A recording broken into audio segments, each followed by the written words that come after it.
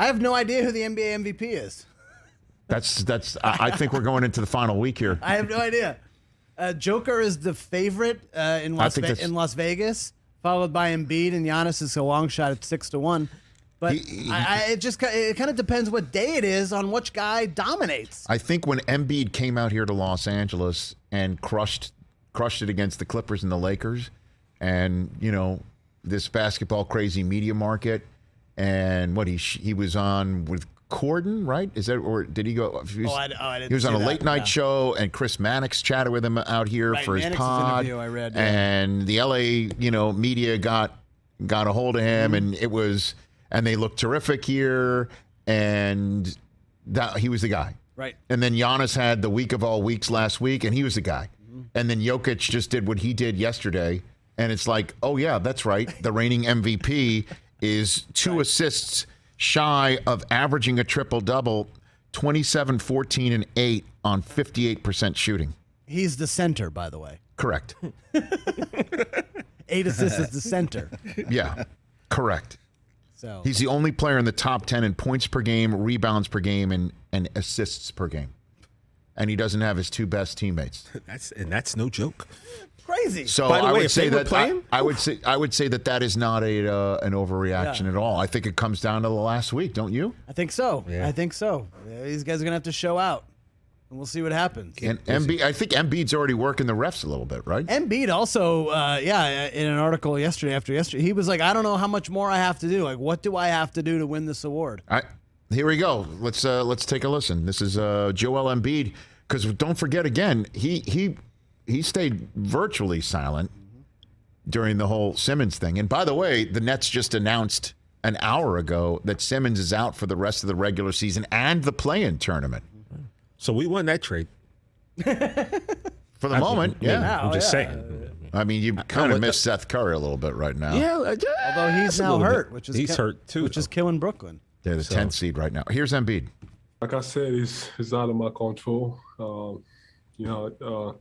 If it happens, great. If it doesn't, I don't know what I had to do at this point.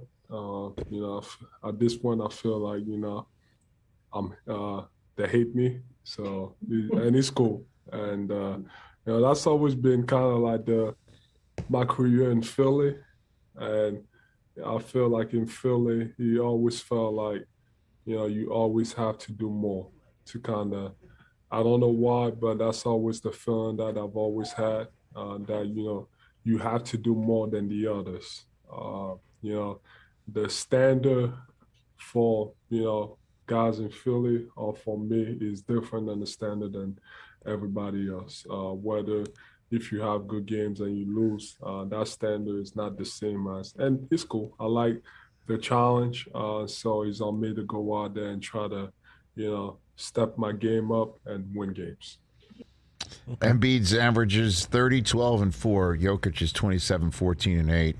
And at 10, Giannis is 30, 12, and 6. I think he's wrong in the sense that people don't like him. Who doesn't like Embiid? He's funny. He's good at basketball.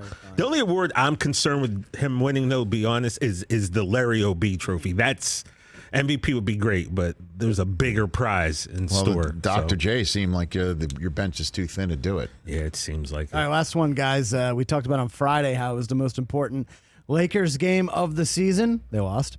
And then a huge game on Sunday against the Nuggets. They lost. This is the most disappointing Lakers season of all time. Oh, man. I don't know, man. They were expected to win the title or at least be in the final. Did you see Magic went on ESPN today and said the team, instead of getting Westbrook, could have gotten DeRozan and then traded Kuzma for Hield? Oh, come on. And then if they had done that instead of the Westbrook trade, they'd be playing for the Western Conference Finals. Yeah, DeRozan had said a few weeks ago that he wanted to go. They'd probably have 70 wins if they... The way that guy's playing, by the way? Well, you're assuming the DeRozan that is blossoming in Chicago would have... And then Buddy Hield making threes, and Anthony Davis doesn't get hurt. Same thing with LeBron. I mean, DeRozan might be on my first team All-NBA. I got to make the list, but he's in contention. Let's put it that way. I think he's had a top 15 season, that's for sure. No doubt. He deserves it. Yeah, LeBron and LeBron and Anthony Davis. We pointed out earlier this was not supposed to happen. Yeah. I mean, they're toast. 4 wins since the All-Star game. Did you see the conversation on TNT that it was brought up that the Lakers are doing this with 5 Hall of Famers on the team? And Shaq's like, who are the 5? You know, like LeBron, AD, Anthony Davis, Melo, Russell Westbrook, and then they mentioned Dwight Howard. And he's like, yeah, that's 4. How can he say that? Dwight Howard. With a straight face. Dwight Howard. Yeah, but Shaq and Dwight Howard have always had some really strange beefs. Like, Dwight Howard's a Hall of Famer. By the way, real talk, Dwight should have been on the All-75 team. Like, he got really hosed there. People forget how dominant he was. Orlando Dwight was a beast. I'll tell you what, man. L.A. Dwight and L.A. What's going on here in L.A., it's just, it's ugly. It's ugly. As you point out. Hey, you watched all the way to the end. Thanks for that. Watch more right here.